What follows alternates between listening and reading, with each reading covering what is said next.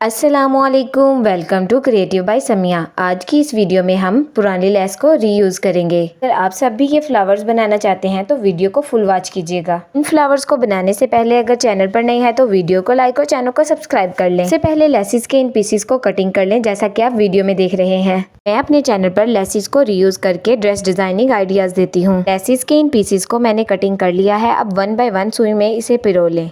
अब इन पत्तियों को सुई में पिरोने के बाद इसे धागे के साथ खींच लें। अब इसे इस तरह से सेट कर लें कि ये फ्लावर की शेप में आ जाए। जो सर्कल वाले पीसेस हमने कटिंग किए थे उसको सेंटर में लगा दें। ये पीस भी मैंने लेस में से ही कटिंग किया है। अब इसको फ्लावर के नीचे वाली साइड पर सिल दें। इन दो पत्तियों को किनारे वाली साइड पर रखकर सिलाई कर दें।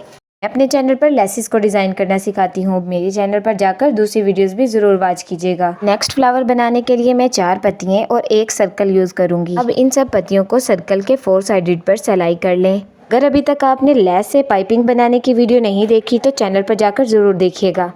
ये सब फ्लावर्स आप बच्चियों की फ्रॉक पर भी लगा सकते हैं। वीडियो को फुल वॉच कीजिएगा और मुझे बताइएगा कि आपको इनमें से कौन सा डिजाइन सबसे ज्यादा अच्छा लगा। नेक्स्ट डिज़ाइन के लिए मैं 6 सर्कल यूज़ करूंगी जो मैंने लेस में से कटिंग किए थे।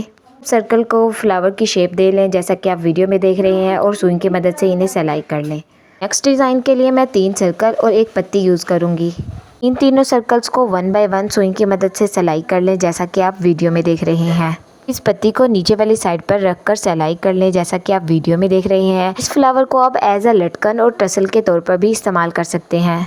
नंबर 5 पर जो मैं फ्लावर बनाऊंगी इसे बनाना बहुत ही आसान है। ऐसे ही यूनिक आइडियाज़ के लिए वीडियो को लाइक और चैनल को सब्सक्राइब करना मत भूलिएगा। दुआओं में याद रखिएगा। अल्लाह हाफिज़।